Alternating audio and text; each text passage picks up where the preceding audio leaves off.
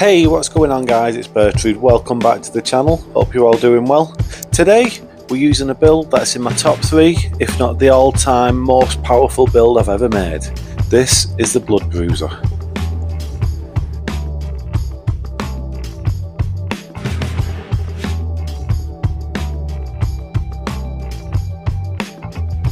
This one's a level 70 build. We've got 45 vigour, which is a good decent amount.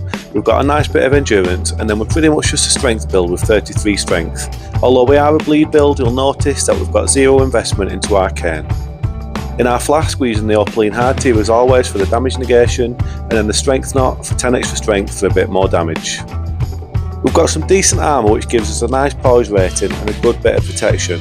Then we've got some useful talismans for the build, including the Shard of Alexander to boost our Ashes of War. The main feature of the build is a Palisade shield and its awesome Ash of War shield crash. This thing is an absolute menace at inflicting bleed and it gets us loads of kills throughout the video. We've got 4 main weapons on the build, they're all heavy infused and they all do natural bleed build up. To complement the bleed build up of the weapons we'll also be using Blood Flame Blade. This is where the build becomes really strong. We've got no investment in arcane, but with this it really doesn't matter. And finally we also have the option to use a pulley crossbow on the build, however we only have enough weight capacity to use this when we're using the Flambage and the Great Stars. And that's everything I wanted to cover for the build guys. Like I said earlier, this is possibly the strongest build I've ever made, if not definitely top 3. Anyway guys, you lot sit back, relax, get your feet up and enjoy the video.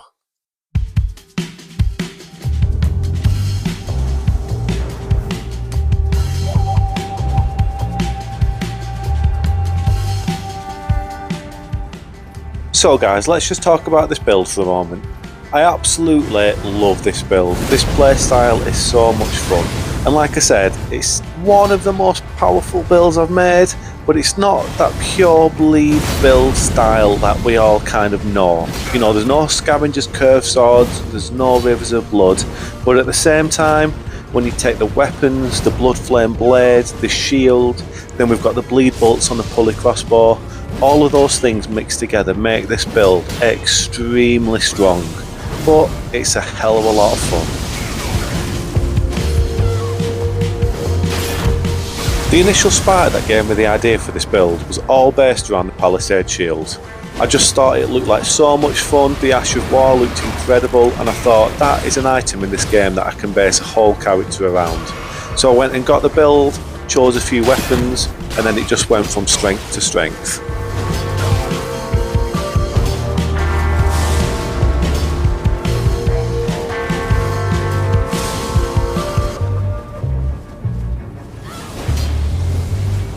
You've probably noticed in this invasion the horse has been giving us a bit of hassle with his madness spam, but in this moment he gets a bit too eager and leaves himself open for a nice juicy backstab.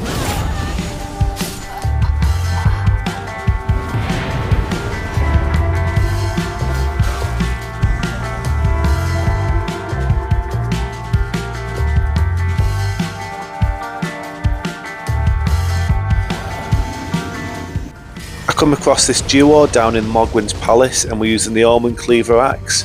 Now is it just me or does this weapon look like a giant toothbrush? Either way, with Blood Flame Blade it looks especially menacing. These two are using a couple of hard hitting weapons with some really strong Ashes of War so they can cover each other's backs quite easily. So I've got to play this invasion carefully and wait for my openings.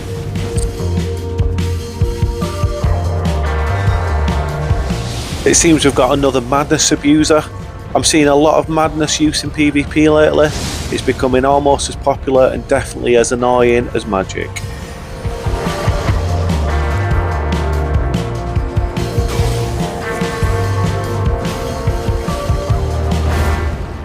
The horse was just out of range there for the shield crash Ash of War. If we'd have caught him in that, we could have done some big damage, but you do have to get the timing right to fully land it.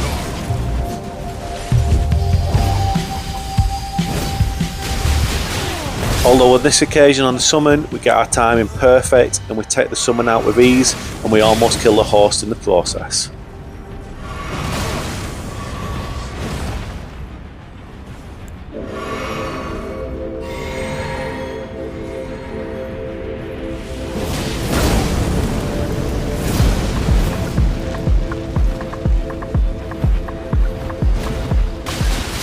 And there we go, an invasion to showcase just how strong this shield is. I absolutely love it, and you can see why I wanted to take this shield and build this whole character around it.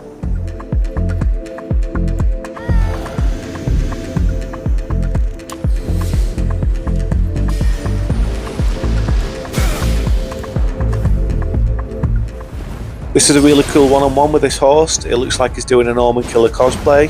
He's using the Omen Killer cleaver that we used in the last invasion. Quite an honest setup. This just makes for a really good duel.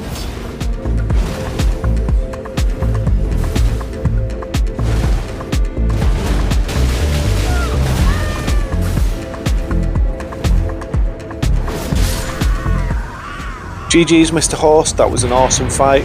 But Piercing Fang on the Flambridge gives us too much range, and it's an awesome option to finish off low health targets.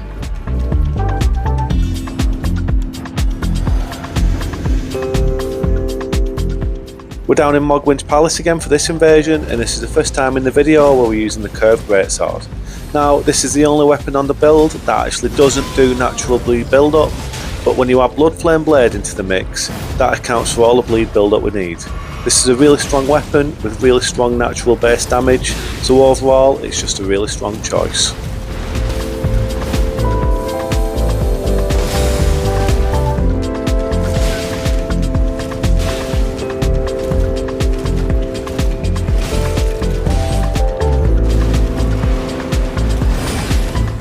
The Ash of War we're using on the curved greatsword is Wild Strikes. This is a really strong option to use, especially since the patch, because the way they get stunned off that first hit leaves them open for a couple of nice follow-up attacks.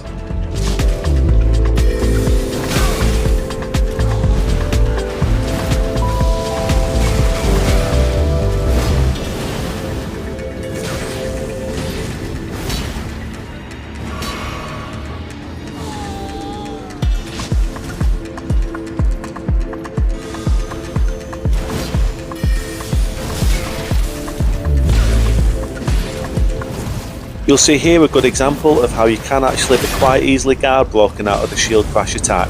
You will see that numerous times throughout the video. It all comes down to a matter of timing and making good choices. You can't power through those heavier attacks. We're not using anything to help us with the actual guard inside of using the shield. We're using it solely for aggressive purposes. But as I say, you've just got to pick your moments with it and it'll all work out fine. You'll get some good kills.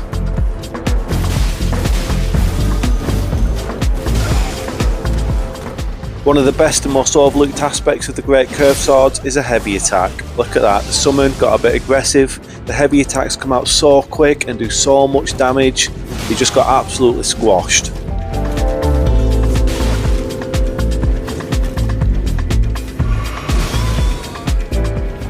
Now it's just down to me and the host, it's just a matter of keeping that pressure up with the great curved sword. You'll see here, we do a perfectly timed shield crash and he takes the whole blunt force of it to his face. Keep the pressure up, one last swing, and it's a done deal.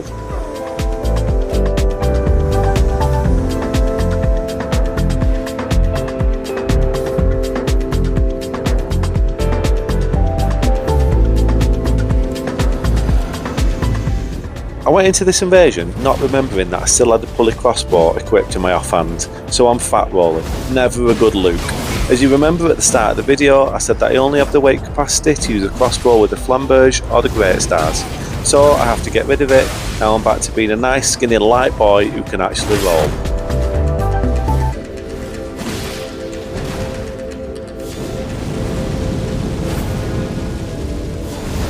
The summon got really confident here and came charging forward, but that left him open to get caught in the spinning slash. What a huge mistake. We get the kill, now we can focus on the host. I go in really strong on the host, shield crash knocks him over the edge of the balcony, and now I can set my dogs on him. Get him, boys. Who's a good boy? Yes, you two are good boys. Did you kill that host? Good job, good doggies.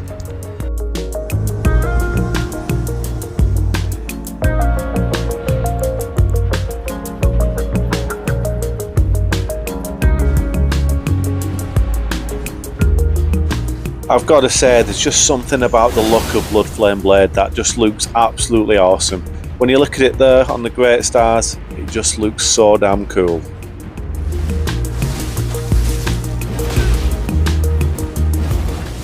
So this is a very tricky situation. I've got a Moonveil spammer and a Reduvia spammer.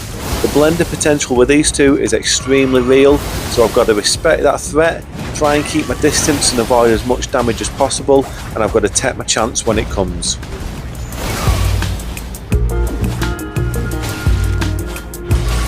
I drop down onto the lower ledge and they follow me right into the trap. As the horse drops down, I hit them both with the Earthshaker and we managed to pull off a big double kill. I think that was the absolute best option and best outcome for that invasion. I knew it was going to be difficult to take them on one by one with the amount of spam that was involved, so I knew I had to get them both together and hit them both at once with that one big attack. Now, I was looking forward to this invasion. This is a real special one. I invaded on Limgrave Beach and I met with these two absolute ninja chads. They run out of this cave in a flurry of fast daggers and fast attacks, and they really bring it to me. Look how close this is. They nearly kill me on that initial backstab. They're keeping up insane pressure. I managed to get a quick heal off there, and then I get a bit of space and I come at them with the shield crash and it's absolute devastation. However, the story doesn't end there. I actually went to message these two geezers afterwards to say how much I like the builds, and I actually recognised both of the names. It turns out these are two of my friends from the Xbox Discord, and not only that, one of them actually clipped the fight from his view, so let's take a look at that now.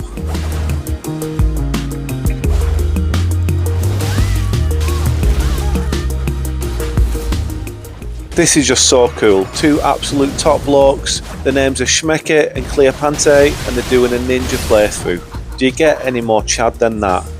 What a fight, guys. Two absolute top guys, great invasion. This absolutely made my night.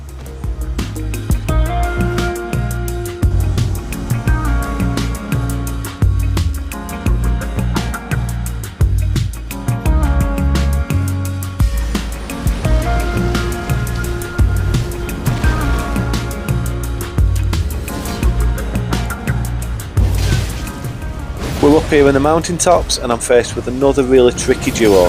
They're both using greatswords with those really long projectile attacks, and this is going to be quite tricky to deal with. But I get the best co-invader I could ever wish for in the form of a freaking big ice dragon.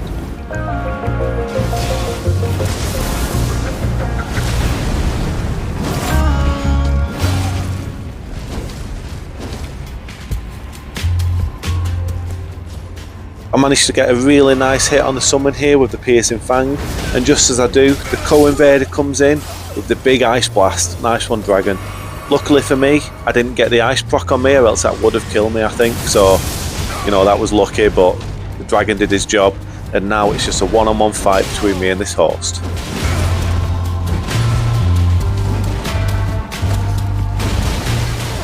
Another well-timed shield crash. The host eats the whole thing and we get the bleed proc for the kill.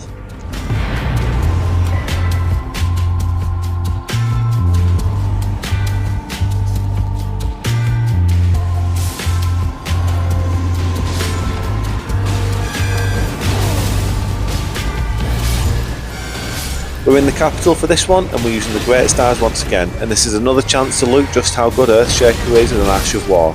I think this is quite overlooked. You often get people using Waves of Darkness instead, but Earthshaker is really solid and does great damage.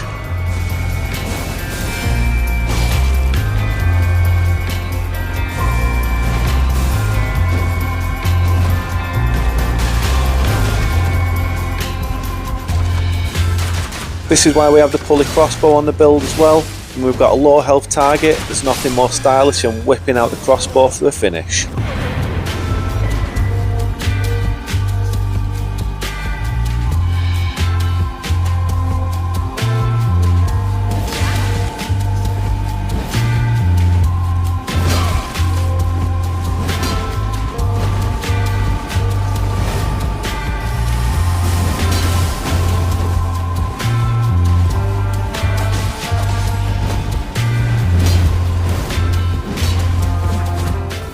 Here we go, boys, get ready for the typical wizard spammy McSpamson. Here we go, now it begins. Oh, get in the bin, you wizard.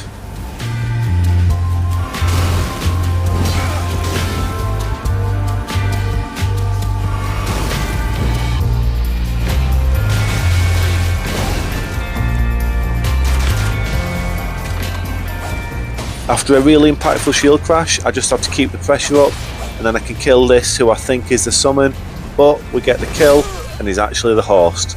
Gutted. I really wanted to kill that wizard, but at least we get the win in the invasion.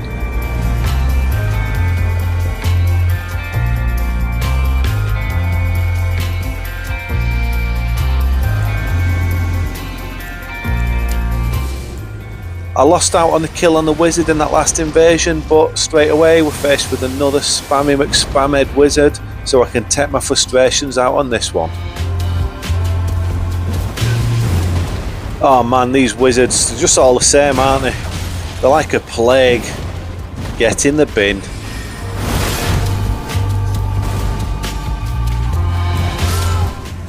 There really is nothing more satisfying than squashing one of those big Burger King heads.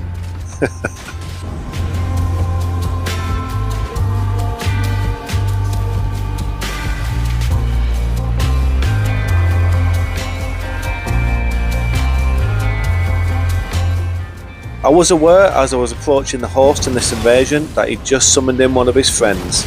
I get a good early hit on him, and I could have probably kept the pressure up on the host to maybe end this invasion early, but I didn't want that. I wanted his summon to come in, and just as I was waiting for the summon, a hunter also spawns in, so what was a quick 1-on-1 turns into a quick 3-on-1.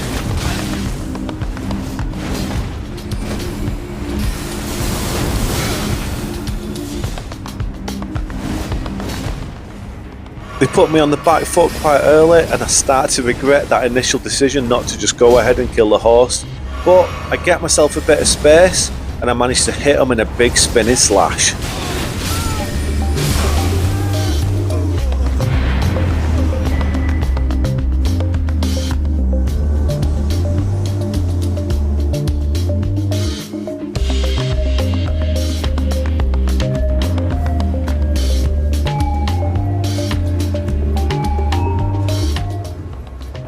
And I'm going to leave you with this last invasion on the video, guys. I hope you've had a nice time watching. I hope you've enjoyed the invasions. The channel's been doing really well lately. I just want to say thanks to all the new subs that we've had. And can I ask, if you like the content, you like the videos, and you're not subscribed, maybe consider subscribing. We're getting ever closer to that big 1k sub mark, which would just be outstanding. Anyway guys, whatever you're doing with the rest of your day, with the rest of your week, I hope you enjoy it. Look after yourselves, look after each other, take it easy, and I'll see you next time.